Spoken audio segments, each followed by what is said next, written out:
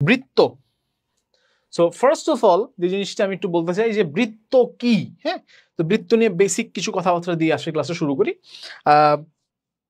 আমার বৃত্তের সংজ্ঞা তোমাদের সবারই এতদিনে জানা উচিত, এত বছর বয়সে অবশ্যই তোমরা বৃত্ত চিনো সবাই। ঠিক আছে, বৃত্ত কি ভাইয়া? গোল দেখতে যে জিনিস তার নামই হচ্ছে বৃত্ত।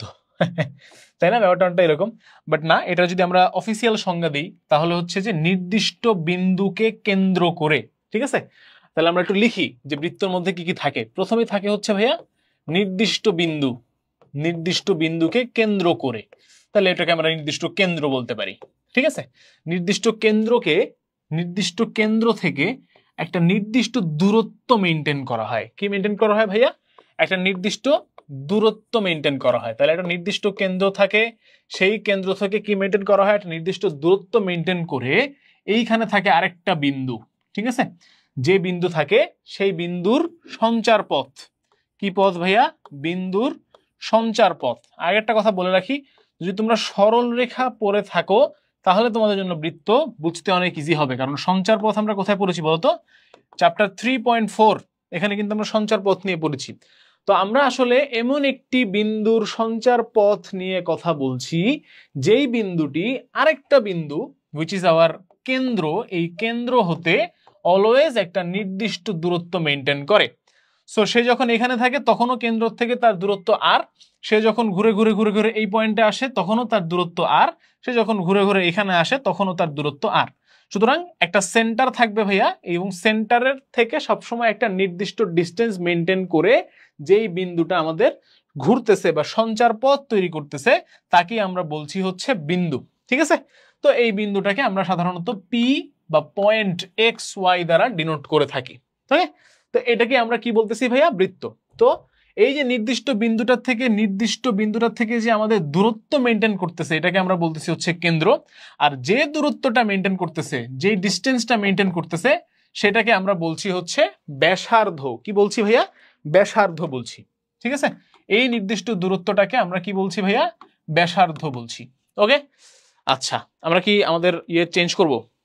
আচ্ছা, আমরা তোমরা অনেকেই বলছিলে যে ভয়েসে বা সাউন্ডে একটু প্রবলেম হচ্ছে, তো আমরা সেটা চেঞ্জ করে দিচ্ছি যত দ্রুত সম্ভব।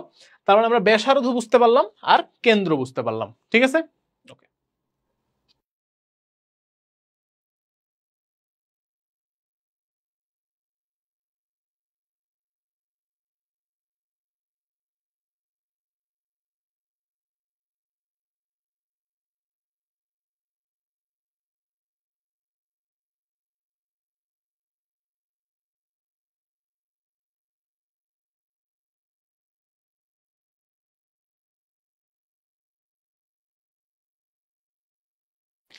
এখন তোমরা একটু জানো যে সাউন্ড কোয়ালিটি ইমপ্রুভ হয়েছে কিনা।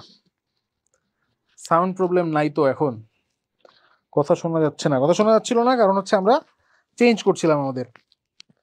উষা উষা বলেছে ভাই আপনাকেই তো খুঁজছিলাম এতদিন, এই তো চলে আসছি ভাইয়া, টেনশনের কোনো কারণ নাই। ওকে, এখন এখন সব ঠিক আছে কিনা দেখো ভাইয়ারা। তো যেটা বলছিলাম যে আমাদের নির্দিষ্ট কেন্দ্র হতে নির্দিষ্ট দূরত্ব মেনটেন হবে, এই নির্দিষ্ট দূরত্বটাকে আমরা কি নাম দিয়েছি? ব্যাসার্ধ নাম দিয়েছি। আচ্ছা, ভালো কথা। আর যদি এমন হয় যে এই পার্টিকুলার পয়েন্ট থেকে আমরা আরেকটা পার্টিকুলার পয়েন্টে যেতে চাই, কি করতে চাই? আরেকটা পার্টিকুলার নির্দিষ্ট পয়েন্টে যেতে চাই, যেই পয়েন্টটা হচ্ছে কি আবার আমরা কেন্দ্রর মধ্য দিয়ে যাব। কি করব? কেন্দ্রর মধ্য দিয়ে যাব। তাহলে এইখান থেকে সেন্টার পর্যন্ত একবার ব্যাসার্ধ, আবার এখান থেকে এই পয়েন্ট পর্যন্ত কি ব্যাসার্ধ, তাহলে দুইবার ব্যাসার্ধ চলে আসলো। তার মানে 2 ইন্টু ব্যাসার্ধ হয়ে গেল, এবং সেটাকে আমরা আসলে বলছি কি বলতো ভাইয়া? ব্যাস। সেটাকে আমরা কি বলছি? ব্যাস। তাহলে ব্যাস হচ্ছে 2 ইন্টু আর, আর মানে হচ্ছে রেডিয়াস বা ব্যাসার্ধ, আর 2r মানে হচ্ছে ডায়ামিটার বা ব্যাস। ঠিক আছে, তাহলে আমরা ব্যাস বলছি কোনটাকে ভাইয়া? যদি আমরা এক বিন্দু থেকে আরেক বিন্দু কেন্দ্রের মধ্য দিয়ে যাই, এক বিন্দু থেকে আরেক বিন্দু কেন্দ্রের মধ্য দিয়ে যাই, তাহলে আমরা তাকে কি বলছি? ব্যাস বলছি। ওকে, ডান। তাহলে ব্যাসার্ধ বুঝতে পারলাম, ব্যাস বুঝতে পারলাম। ঠিক আছে, ব্যাসার্ধ আর ব্যাস বুঝতে পারছি। এবার আমরা একটা জিনিস বুঝি, সেটা হচ্ছে ভাইয়া জ্যা। হ্যাঁ, এই জ্যাটা কি? জ্যাটা হচ্ছে যে যদি আমার বৃত্তের উপরে দুইটা বিন্দু থাকে, বিন্দু নাম্বার 1, বিন্দু নাম্বার 2, কিন্তু এই দুটা বিন্দু কেন্দ্র দিয়ে যাবে না, এই দুইটা বিন্দু জাস্ট সংযোগ হবে, জাস্ট যুক্ত হবে, কিন্তু কেন্দ্রের সাথে এর কোনো সম্পর্ক নাই। তাহলে আমরা তাকে কি বলতে পারি ভাইয়া? জ্যা বলতে পারি। এগুলো তোমরা ছোট ক্লাসে শিখে আসছো, তারপর আমি একটু মনে করাই দিচ্ছি, ঠিক আছে? তাহলে ভাইয়া কেন্দ্র বুঝলাম, ব্যাসার্ধ বুঝলাম, ব্যাস বুঝলাম, জ্যা বুঝলাম। আর কি আছে ভাইয়া? এই যে আমাদের রাস্তাটা, সার্কুলার যে পাথটা, পুরা পাথটাকে আমরা কি বলি ভাইয়া? পরিধি বলে থাকি। কি বলে থাকি ভাইয়া? পরিধি বলে থাকি। কি বলি? পরিধি বলি। এবং এই পরিধির যে ভ্যালুটা ভাইয়া, পরিধির ভ্যালুটা হচ্ছে 2 ইন্টু পাই ইন্টু আর। এটাও তোমরা নিশ্চয়ই জানো। ইংলিশ ভার্সন স্টুডেন্টদের জন্য বলি আমরা সার্কামফারেন্স। ব্যাসার্ধকে বলি রেডিয়াস, ব্যাসকে বলি ডায়ামিটার, আর এই তো আর কি পড়াইছি, কেন্দ্রকে বলি সেন্টার, পরিধিকে বলে সার্কামফারেন্স। বোঝা গেছে? সার্কামফারেন্স কত? 2 পাই আর। আচ্ছা, আর একটা জিনিস, এই যে পাই আছে এখানে দেখতে পাচ্ছো, পাই। পাই জিনিসটা কি ভাইয়া? অনেকে আছে যে তোমাকে যদি আমি জিজ্ঞেস করি যে ভাইয়া পাই কি বলো তো, দেখি তোমরা কয়জন পারো, কমেন্ট বক্সে একটু লেখো তো ভাইয়া পাই কি জিনিস।